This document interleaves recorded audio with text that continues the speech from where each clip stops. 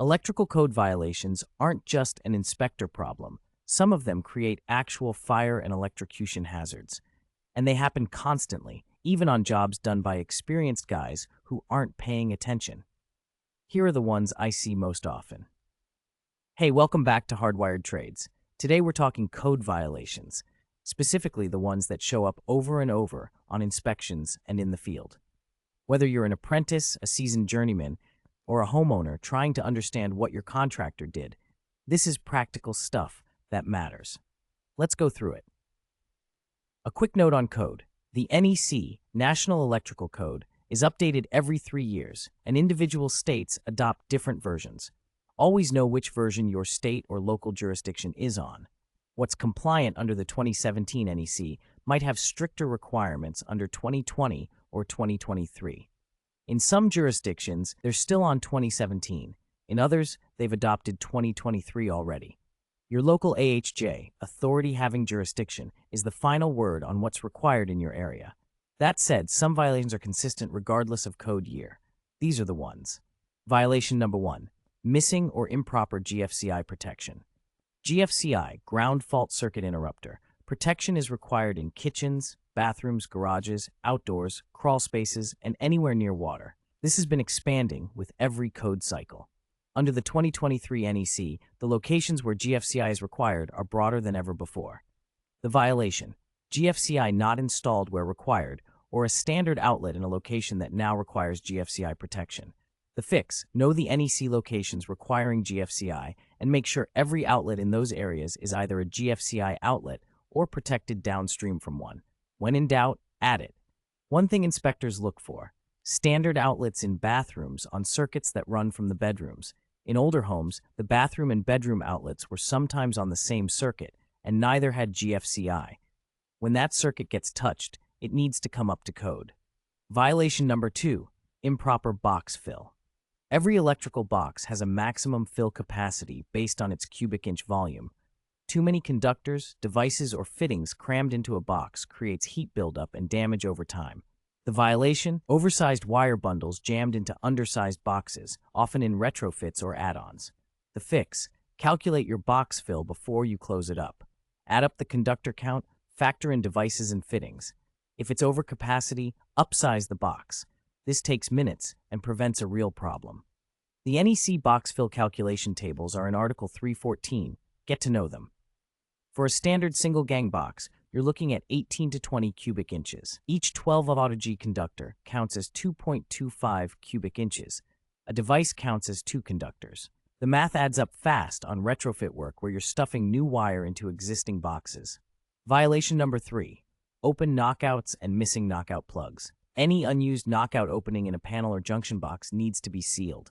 Open holes allow insects, moisture, and, importantly, fingers to enter. The violation: panels with unused knockout holes left open, especially in older panels that have been modified over the years. The fix: keep knockout plugs in your truck. When you close up a panel, do a sweep for open holes and seal them. Takes 30 seconds and keeps the inspector happy. A pack of knockout plugs costs a couple bucks at any supply house. There's no excuse for leaving openings in a panel. Violation 4. Improper wire connections and terminations. This one covers a lot of ground. Aluminum to copper connections without the right fittings, wrong wire gauge for the breaker, over-tightened or under-tightened terminals. Common examples: number 14 wire on a 20 amp breaker should be number 12 minimum. Aluminum wiring connected to a device not rated for AL use. Wire strands cut during stripping, weakening the connection. Multiple conductors in a terminal rated for 1. The fix: match wire size to break, or size. Use AL-rated devices and fittings when dealing with aluminum wiring. Torque terminal screws to spec. Most modern equipment now specifies a torque value on the label. Use a torque screwdriver for panel work. Torque specifications became a much bigger deal in recent code cycles. Inspectors in some jurisdictions are now checking for torque documentation. If your panel work doesn't include documented torque, flag that. Invest in a good torque screwdriver. It's not expensive, and it protects you on inspections. Violation 5. Missing arc fault protection, AFCI. AFCI protection has been expanding in the NEC for years. Arc fault circuit interrupters detect dangerous arcing in circuits that could start a fire. As of recent code cycles, AFCIs are required in bedrooms, living rooms, dining rooms, and most habitable rooms. Many older homes and even some recent installs are behind on this. The violation: new circuits or panel upgrades that don't include AFCI protection in required locations. The fix: know your local code adoption and install dual-function GFCI-AFCI breakers in required locations. Yes, they cost more, typically $40 to $60 each versus $5 to $10 for a standard breaker. They're required. Build the cost into your bid. Dual-function GFCI-AFCI breakers cover both requirements with one device, which is often the most cost-effective approach. Violation number 6: undersized service and panels. This is a bigger picture issue, but shows up constantly in older homes being updated. A 100A service was standard for decades. Modern homes with electric appliances, EV chargers, and HVAC systems frequently need 200A or larger. Inspectors are flagging undersized services on renovation projects regularly. The fix: when you're bidding a big renovation or panel upgrade, assess the load. Run the NEC 220.82 calculation.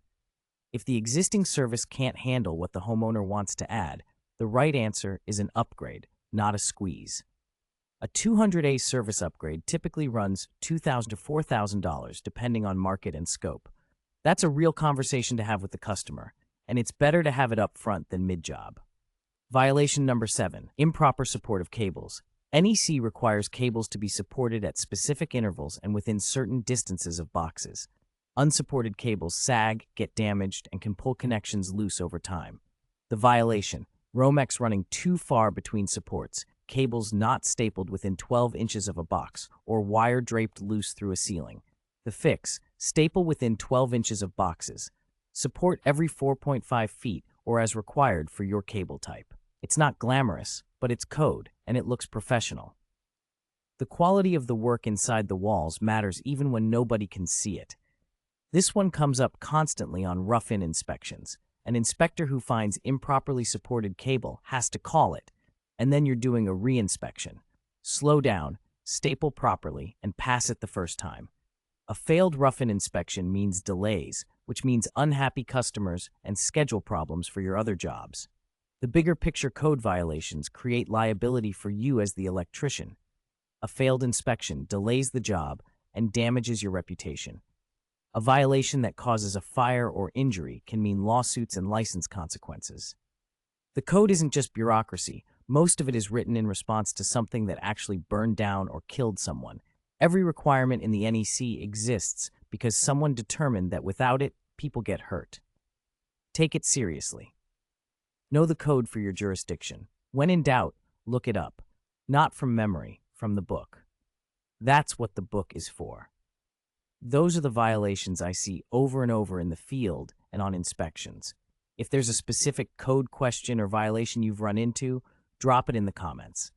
Subscribe to Hardwired Trades for more no-nonsense electrical content, and I'll catch you in the next one.